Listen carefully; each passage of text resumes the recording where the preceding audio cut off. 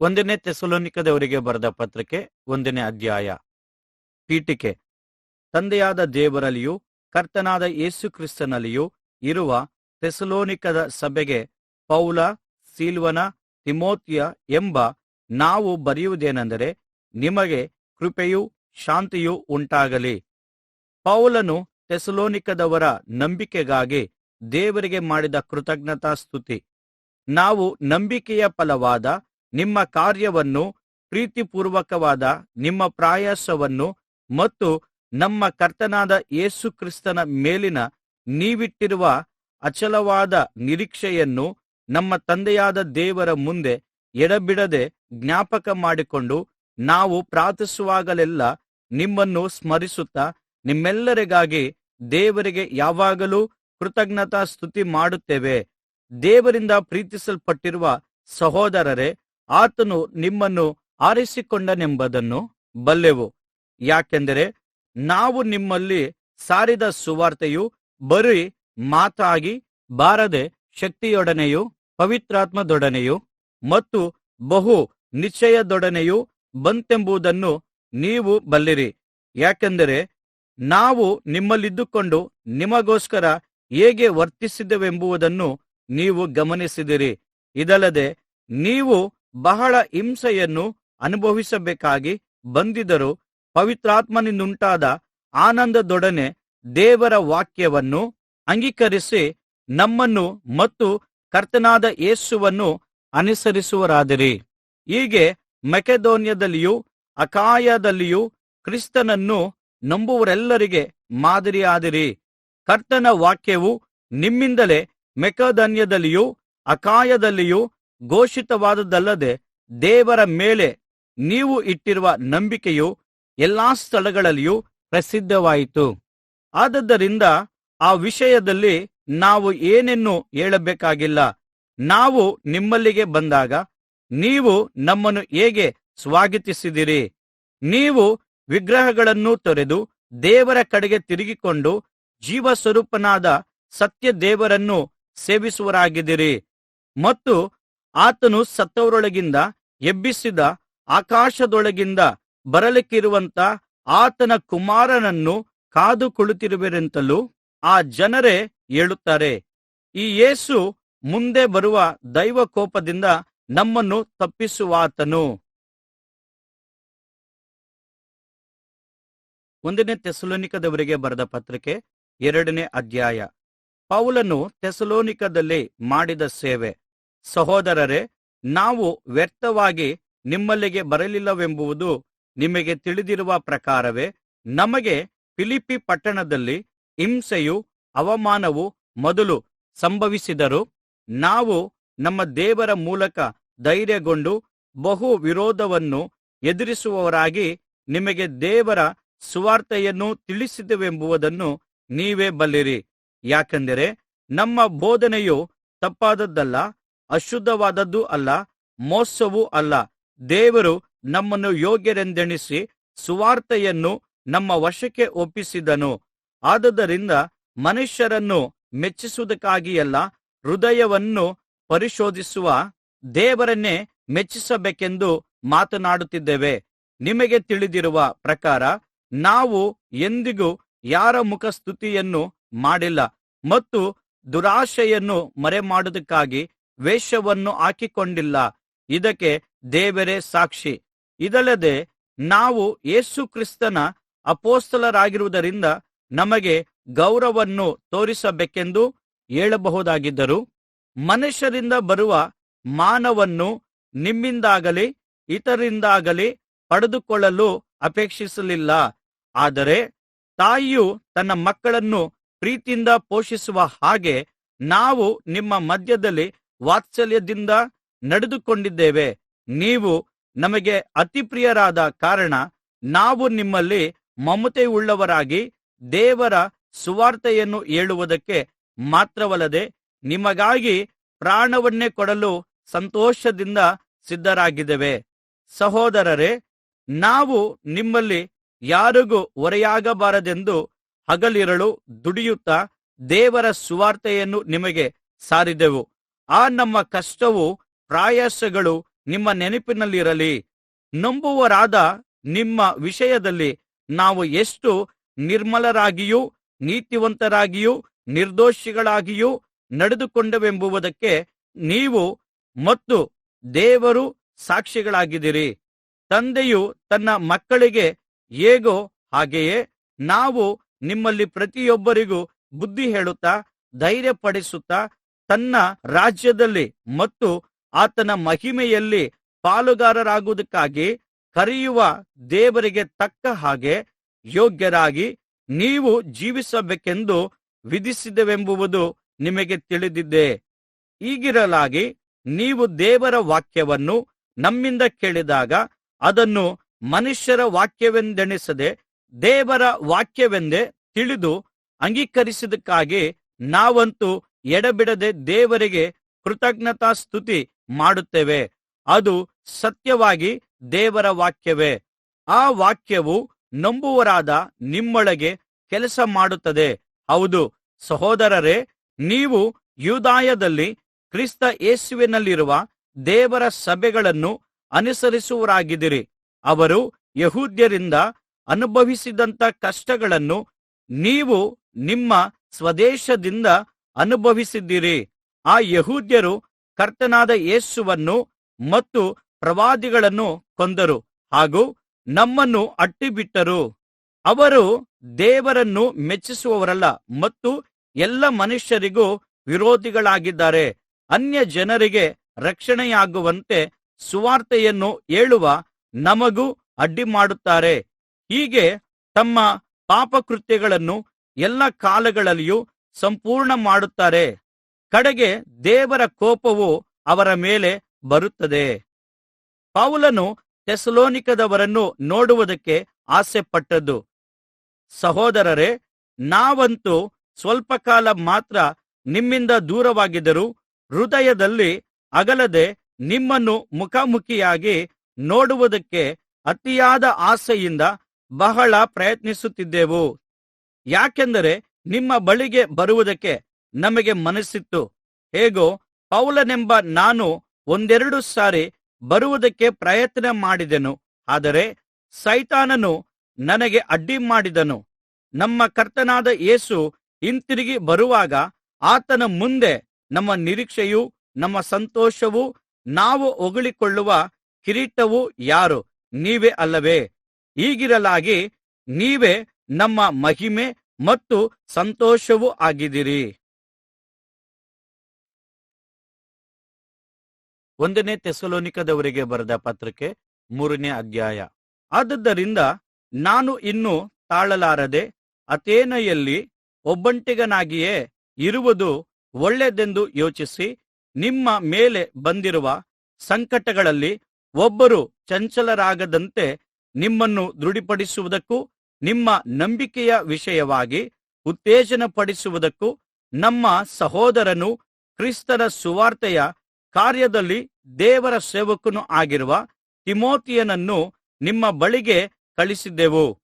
ಸಂಕಟಗಳನ್ನು ಅನುಭವಿಸುವುದಕ್ಕಾಗಿಯೇ ನಾವು ನೇಮಿಸಲ್ಪಟ್ಟವರೆಂದು ನೀವೇ ಬಲ್ಲಿರಷ್ಟೆ. ನಾವು ನಿಮ್ಮ ಬಳಿಯಲ್ಲಿ ಇದ್ದಾಗ ಸಂಕಟವನ್ನು ಅನುಭವಿಸಬೇಕೆಂದು ಈ ಮೊದಲೇ ಹೇಳಿದ್ದೆವಲ್ಲ, ಅದರಂತೆಯೇ ಆಯಿತು. ಅದು ನಿಮ್ಮ ಅನುಭವಕ್ಕೂ ಬಂದಿತು. ಆದ್ದರಿಂದ ಇನ್ನು ತಡೆಯಲಾರದೆ ಒಂದು ವೇಳೆ ಶೋಧಕನು ನಿಮ್ಮನ್ನು ಶೋಧಿಸಿದ್ದರಿಂದ ನಮ್ಮ ಪ್ರಯಾಸವು ವ್ಯರ್ಥವಾಯಿತೋ ಏನೋ ಎಂದು ನಿಮ್ಮ ನಂಬಿಕೆಯನ್ನು ಕುರಿತು ನಾವು ತಿಳಿದುಕೊಳ್ಳುವುದಕ್ಕಾಗಿ ಅವನನ್ನು ನಿಮ್ಮ ಬಳಿಗೆ ಕಳುಹಿಸಿದ್ದೆನು. ಆದರೆ ತಿಮೊಥೆಯನು ನಿಮ್ಮ ಬಳಿಯಿಂದ ಬಂದು ನಿಮ್ಮ ನಂಬಿಕೆ ಮತ್ತು ಪ್ರೀತಿಯ ಕುರಿತಾಗಿ ಶುಭವರ್ತಮಾನವನ್ನು ಹೇಳಿ, ನೀವು ನಮ್ಮನ್ನು ಯಾವಾಗಲೂ ಪ್ರೀತಿಪೂರ್ವಕವಾಗಿ ನೆನಪು ಮಾಡಿಕೊಂಡು ನಾವು ನಿಮ್ಮನ್ನು ಹೇಗೋ ಹಾಗೆಯೇ ನೀವು ಸಹ ನಮ್ಮನ್ನು ನೋಡುವುದಕ್ಕಾಗಿ ಅಪೇಕ್ಷಿಸುತ್ತಿದ್ದರೆಂಬುದನ್ನು ತಿಳಿಸಿದ್ದಾನೆ. ಸಹೋದರರೇ, ಈ ವಾರ್ತೆಯನ್ನು ಕೇಳಿ ನಮ್ಮ ಎಲ್ಲ ಕಷ್ಟದಲ್ಲಿಯೂ ಸಂಕಟದಲ್ಲಿಯೂ ನಿಮ್ಮ ನಂಬಿಕೆಯ ಮುಖಾಂತರ ನಮಗೆ ಸಮಾಧಾನವಾಯಿತು. ನೀವು ಕರ್ತನಲ್ಲಿ ದೃಢವಾಗಿ ನಿಂತಿದ್ದರೆ ನಮಗೆ ಜೀವಕಳೆ. ನಿಮ್ಮ ನಿಮಿತ್ತ ನಮ್ಮ ದೇವರ ಮುಂದೆ ನಮಗಿರುವ ಎಲ್ಲ ಸಂತೋಷಗಳಿಗಾಗಿ ದೇವರಿಗೆ ಅಷ್ಟೊಂದು ಸ್ತೋತ್ರ ಮಾಡುವುದು ನಮ್ಮಿಂದಾದೀತೆ. ನಿಮ್ಮ ಮುಖವನ್ನು ನೋಡುವುದಕ್ಕೂ ನಿಮ್ಮ ನಂಬಿಕೆಯ ಕೊರತೆಗಳನ್ನು ನೀಗುವುದಕ್ಕೂ ನಾವು ಹಗಲಿರುಳು ದೇವರನ್ನು ತುಂಬಾ ಕಳಕಳಿಯಿಂದ ಬೇಡುವವರಾಗಿದ್ದೇವೆ. ನಮ್ಮ ತಂದೆಯಾದ ದೇವರು, ನಮ್ಮ ಕರ್ತನಾದ ಯೇಸು, ನಾವು ನಿಮ್ಮ ಬಳಿಗೆ ಬರುವುದಕ್ಕೆ ಮಾರ್ಗವನ್ನು ಸರಾಗ ಮಾಡಿಕೊಡಲಿ. ನಿಮ್ಮಲ್ಲಿ ನಮ್ಮ ಪ್ರೀತಿಯು ಹೆಚ್ಚಾದ ಹಾಗೆಯೇ ನಿಮ್ಮ ಪ್ರೀತಿಯು ಒಬ್ಬರಿಂದೊಬ್ಬರಿಗೆ ಹರಡಿ ಎಲ್ಲ ಮನುಷ್ಯರ ಮೇಲೆಯೂ ಅಭಿವೃದ್ಧಿ ಹೊಂದಿ ಅತ್ಯಧಿಕವಾಗುವಂತೆ ಕರ್ತನು ಆಶೀರ್ವದಿಸಲಿ. ನಮ್ಮ ಕರ್ತನಾದ ಯೇಸು ತನ್ನ ಪರಿಶುದ್ಧ ಪರಿವಾರ ಸಮೇತ ಪುನರಾಗಮಿಸುವಾಗ ತಂದೆಯಾದ ದೇವರ ಸಮಕ್ಷಮದಲ್ಲಿ ನೀವು ಪರಿಶುದ್ಧರೂ ನಿರ್ದೋಷಿಗಳೂ ಆಗಿರುವಂತೆ ನಿಮ್ಮ ಹೃದಯಗಳನ್ನು ದೃಢಪಡಿಸಲಿ. 1 ಥೆಸಲೋನಿಕದವರಿಗೆ ಬರೆದ ಪತ್ರಕ್ಕೆ 4ನೇ ಅಧ್ಯಾಯ. ದೇವರಿಗೆ ಮೆಚ್ಚಿಗೆಯಾದ ಜೀವನ. ಕಡೆಯದಾಗಿ ಸಹೋದರರೇ, ನಾವು ಕರ್ತನಾದ ಯೇಸುವಿನ ಮುಖಾಂತರ ನಿಮಗೆ ಕೊಟ್ಟಿರುವ ಆಜ್ಞೆಗಳನ್ನು ತಿಳಿದಿದ್ದೀರಷ್ಟೆ. ಆದುದರಿಂದ ನೀವು ಹೇಗೆ ನಡೆದು ದೇವರನ್ನು ಮೆಚ್ಚಿಸಬೇಕಾಗಿದೆಯೋ ಆ ಆಜ್ಞೆಗಳನ್ನು ನಮ್ಮಿಂದ ಕಲಿತುಕೊಂಡು ಅದರಂತೆ ನಡೆಯುತ್ತಲೇ ಇದ್ದಿರಿ. ನೀವು ಹಾಗೆಯೇ ಇನ್ನೂ ಹೆಚ್ಚಾಗಿ ನಡೆಯಬೇಕೆಂದು ನಿಮ್ಮನ್ನು ಯೇಸು ಕರ್ತನಲ್ಲಿ ಬೇಡಿಕೊಳ್ಳುತ್ತೇವೆ ಹಾಗೂ ಪ್ರಬೋಧಿಸುತ್ತೇವೆ. ದೇವರ ಚಿತ್ತವೇನೆಂದರೆ ನೀವು ಶುದ್ಧರಾಗಬೇಕೆಂಬುದೇ. ಆದ್ದರಿಂದ ಆಧಾರಕ್ಕೆ ದೂರವಾಗಿರಬೇಕು. ದೇವರನ್ನು ಅರಿಯದ ಅನ್ಯ ಜನರಂತೆ ಕಾಮಾಭಿಲಾಷೆಗಳಿಗೆ ಒಳಗಾಗದೆ ನಿಮ್ಮಲ್ಲಿ ಪ್ರತಿಯೊಬ್ಬನು ಪವಿತ್ರವಾದ ಮನಸ್ಸಿನಿಂದಲೂ ಘನತೆಯಿಂದಲೂ ಪತ್ನಿಯನ್ನು ಸಂಪಾದಿಸಿಕೊಳ್ಳಲು ತಿಳಿಯಬೇಕು. ಈ ವಿಷಯದಲ್ಲಿ ಯಾರು ತನ್ನ ಸಹೋದರನನ್ನು ವಂಚಿಸಿ ಕೇಡು ಮಾಡಬಾರದು. ನಾವು ಮೊದಲೇ ತಿಳಿಸಿ ನಿಮಗೆ ಖಂಡಿತವಾಗಿ ಹೇಳಿದ ಪ್ರಕಾರ ಇವೆಲ್ಲವುಗಳ ವಿಷಯದಲ್ಲಿ ಕರ್ತನು ಪ್ರತಿಕಾರ ಮಾಡುವವನಾಗಿದ್ದಾನೆ. ದೇವರು ನಮ್ಮನ್ನು ಅಶುದ್ಧತೆಗೆ ಕರೆಯದೆ ಶುದ್ಧರಾಗಿರುವುದಕ್ಕೆ ಕರೆದನು. ಹೀಗಿರಲು ಈ ಮಾತನ್ನು ತಿರಸ್ಕರಿಸುವವನು ಮನುಷ್ಯರನ್ನು ಮಾತ್ರವಲ್ಲದೆ ನಿಮಗೂ ಪವಿತ್ರಾತ್ಮ ವರವನ್ನು ದಯಪಾಲಿಸುವ ದೇವರನ್ನು ತಿರಸ್ಕರಿಸುವವನಾಗಿದ್ದಾನೆ. ಸಹೋದರ ಸ್ನೇಹದ ವಿಷಯದಲ್ಲಿ ನಿಮಗೆ ಬರೆಯುವ ಅವಶ್ಯಕತೆ ಇಲ್ಲ.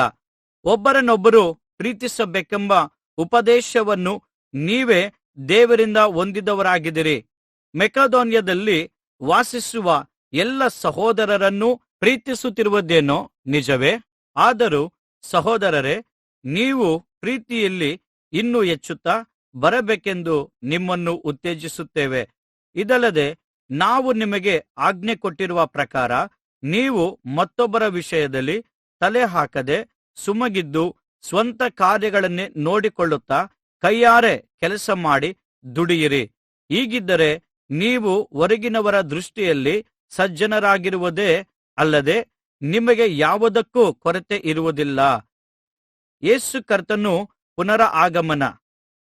ಸಹೋದರರೇ, ನಿದ್ರೆ ಹೋಗುವವರ ಗತಿ ಏನೆಂದು ನೀವು ತಿಳಿಯದೆ ಇದ್ದು ನಿರೀಕ್ಷೆ ಇಲ್ಲದವರಾಗಿರುವ ಇತರರಂತೆ ದುಃಖಿಸಬಾರದು ಎಂಬುದೇ ನಮ್ಮ ಬಯಕೆ. ಯೇಸು ಸತ್ತು ಜೀವಿತನಾಗಿ ಎದ್ದನೆಂದು ನಾವು ನಂಬುತ್ತೇವೆ. ಹಾಗೆಯೇ ಯೇಸುವಿನಲ್ಲಿದ್ದು ನಿದ್ರೆ ಹೋದವರನ್ನು ಸಹ ದೇವರು ಆತನೊಡನೆ ಎಬ್ಬಿಸಿ ಕರೆದುಕೊಂಡು ಬರುವನೆಂದು ನಂಬಲೇಬೇಕಲ್ಲವೇ. ನಾವು ಕರ್ತನ ಮಾತಿನ ಆಧಾರದ ಮೇಲೆ ನಿಮಗೆ ಹೇಳುವುದೇನೆಂದರೆ, ಕರ್ತನು ಪುನರಾಗಮಿಸುವವರೆಗೆ ಜೀವದಿಂದಿಳಿದಿರುವ ನಾವು ಮರಣ ಹೊಂದಿದವರಿಗಿಂತ ಮುಂದಾಗುವುದಿಲ್ಲ. ಯಾಕೆಂದರೆ ಕರ್ತನು ತಾನೇ ಆಜ್ಞಾಘೋಷದೊಡನೆಯೂ ಪ್ರಧಾನ ದೂತನ ಶಬ್ದದೊಡನೆಯೂ ದೇವರ ತುತ್ತೂರಿ ಧ್ವನಿಯದೊಡನೆಯೂ ಆಕಾಶದಿಂದ ಇಳಿದು ಬರುವನು. ಆಗ ಕ್ರಿಸ್ತನಲ್ಲಿ ಸತ್ತವರು ಮೊದಲು ಎದ್ದು ಬರುವವರು. ಆಮೇಲೆ ಜೀವದಿಂದಿಳಿದಿರುವವರು ನಾವು ಅಂತರಿಕ್ಷದಲ್ಲಿ ಕರ್ತನನ್ನು ಎದುರುಗೊಳ್ಳುವುದಕ್ಕಾಗಿ ಅವರೊಂದಿಗೆ ಮೇಘಗಳಲ್ಲಿ ಪಕ್ಕನೆ ಒಯ್ಯಲ್ಪಡುವೆವು.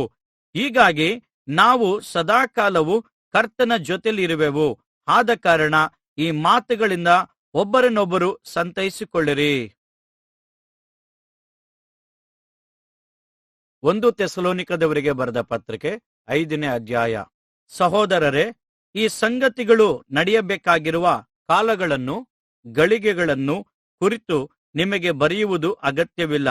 ರಾತ್ರಿ ಕಳ್ಳನು ಹೇಗೆ ಬರುತ್ತಾನೋ ಹಾಗೆಯೇ ಕರ್ತನ ದಿನವು ಬರುವುದೆಂದು ನೀವೇ ಚೆನ್ನಾಗಿ ತಿಳಿದಿದ್ದೀರಲ್ಲ.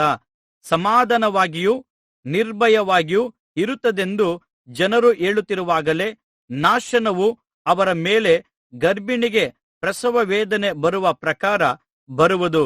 ಅವರು ಹೇಗೋ ತಪ್ಪಿಸಿಕೊಳ್ಳಲಾರರು. ಆದರೆ ಸಹೋದರರೇ, ಆ ದಿನವು ಕಳ್ಳನಂತೆ ನಿಮ್ಮ ಮೇಲೆ ಬರತಕ್ಕದ್ದಲ್ಲ. ಯಾಕೆಂದರೆ ನೀವು ಕತ್ತಲೆಯಲ್ಲಿರುವವರಲ್ಲ, ನೀವೆಲ್ಲರೂ ಬೆಳಕಿನ ಮಕ್ಕಳು ಹಾಗೂ ಹಗಲಿನ ಮಕ್ಕಳು ಆಗಿದ್ದೀರಷ್ಟೆ. ನಾವು ರಾತ್ರಿಯವರೂ ಅಲ್ಲ, ಕತ್ತಲೆಯವರೂ ಅಲ್ಲ. ಆದಕಾರಣ ನಾವು ಇತರರಂತೆ ನಿದ್ರೆ ಮಾಡದೆ ಎಚ್ಚರವಾಗಿರೋಣ, ಸ್ವಸ್ಥಚಿತ್ತರಾಗಿರೋಣ. ನಿದ್ರೆ ಮಾಡುವವರು ರಾತ್ರಿಯಲ್ಲಿ ನಿದ್ರೆ ಮಾಡುತ್ತಾರೆ, ಅಮಲೇರುವವರು ರಾತ್ರಿಯಲ್ಲಿ ಅಮಲೇರುತ್ತಾರಷ್ಟೆ.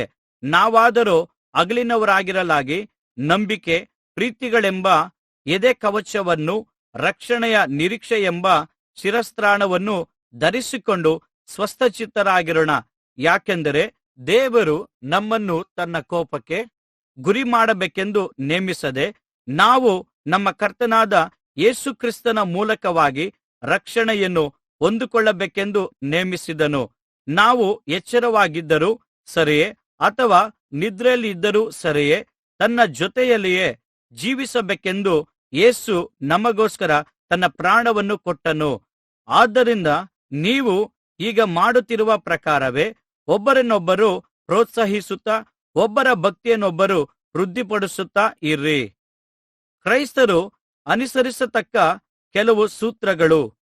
ಸಹೋದರರೇ, ಕರ್ತನ ಕಾರ್ಯಗಳಲ್ಲಿ ನಿಮ್ಮ ಮೇಲೆ ಮುಖ್ಯಸ್ಥರಾಗಿದ್ದು ಪ್ರಯಾಸಪಡುತ್ತಾ ನಿಮಗೆ ಬುದ್ಧಿ ಹೇಳುತ್ತಾರೋ ಅವರನ್ನು ಲಕ್ಷಿಸಿ ಅವರ ಕೆಲಸದ ನಿಮಿತ್ತ ಅವರನ್ನು ಪ್ರೀತಿಯಿಂದ ಬಹಳವಾಗಿ ಗೌರವಿಸಬೇಕೆಂದು ನಿಮ್ಮನ್ನು ಬೇಡಿಕೊಳ್ಳುತ್ತೇವೆ. ನಿಮ್ಮೊಳಗೆ ಸಮಾಧಾನವಾಗಿರ್ರಿ. ಸಹೋದರರೇ, ಮೈಗಳ್ಳರಿಗೆ ಬುದ್ಧಿ ಹೇಳಿರಿ, ಮನಗುಂದಿದವರನ್ನು ಧೈರ್ಯಪಡಿಸಿರಿ, ಬಲಹೀನರಿಗೆ ಆಧಾರವಾಗಿರಿ, ಎಲ್ಲರೊಂದಿಗೆ ದೀರ್ಘಶಾಂತಿಯಿಂದಿರಿ ಎಂದು ನಿಮ್ಮನ್ನು ಪ್ರಬೋಧಿಸುತ್ತೇವೆ. ಯಾರೂ ಅಪಕಾರಕ್ಕೆ ಅಪಕಾರ ಮಾಡದಂತೆ ನೋಡಿಕೊಳ್ಳಿರಿ. ಯಾವಾಗಲೂ ನೀವು ಒಬ್ಬರಿಗೊಬ್ಬರು ಹಿತವನ್ನು ಮಾಡಿಕೊಂಡಿರುವುದಲ್ಲದೆ ಎಲ್ಲರಿಗೂ ಒಳ್ಳೆಯದನ್ನು ಮಾಡುವವರಾಗಿರ್ರಿ. ಯಾವಾಗಲೂ ಸಂತೋಷಿಸಿರಿ, ಎಡಬಿಡದೆ ಪ್ರಾರ್ಥನೆ ಮಾಡಿರಿ, ಎಲ್ಲಾದರಲ್ಲಿಯೂ ಕೃತಜ್ಞತಾ ಸ್ತುತಿ ಮಾಡಿರಿ. ಇದೇ ನಿಮ್ಮ ವಿಷಯವಾಗಿ ಕ್ರಿಸ್ತ ಯೇಸುವಿನಲ್ಲಿ ತೋರಿಬಂದ ದೇವರ ಚಿತ್ತವಾಗಿದೆ. ಪವಿತ್ರಾತ್ಮನನ್ನು ನಂದಿಸಬೇಡಿ, ಪ್ರವಾದನೆಗಳನ್ನು ಹೀನೈಸಬೇಡಿರಿ. ಆದರೆ ಎಲ್ಲವನ್ನೂ ಪರೀಕ್ಷಿಸಿ ಒಳ್ಳೆಯದನ್ನು ಭದ್ರವಾಗಿ ಹಿಡಿದುಕೊಳ್ಳಿರಿ. ಸಕಲ ವಿಧವಾದ ಕೆಟ್ಟತನಕ್ಕೆ ದೂರವಾಗಿರಿ. ಸಮಾಪ್ತಿ ವಾಕ್ಯಗಳು. ಶಾಂತಿದಾಯಕನಾದ ದೇವರು ತಾನೇ ನಿಮ್ಮನ್ನು ಪರಿಪೂರ್ಣವಾಗಿ ಶುದ್ಧೀಕರಿಸಲಿ. ನಮ್ಮ ಕರ್ತನಾದ ಯೇಸು ಕ್ರಿಸ್ತನು ಹಿಂತಿರುಗಿ ಬರುವಾಗ ನಿಮ್ಮ ಆತ್ಮ, ಪ್ರಾಣ ಮತ್ತು ಶರೀರಗಳು ದೋಷವಿಲ್ಲದೆಯೂ ಪರಿಪೂರ್ಣವಾಗಿ ಕಾಣಿಸಿಕೊಳ್ಳುವಂತೆ ಕಾಪಾಡಲ್ಪಡಲಿ. ನಿಮ್ಮನ್ನು ಕರೆದವನು ನಂಬಿಗಸ್ತನು, ಆತನು ತನ್ನ ಕಾರ್ಯವನ್ನು ಸಾಧಿಸುವನು.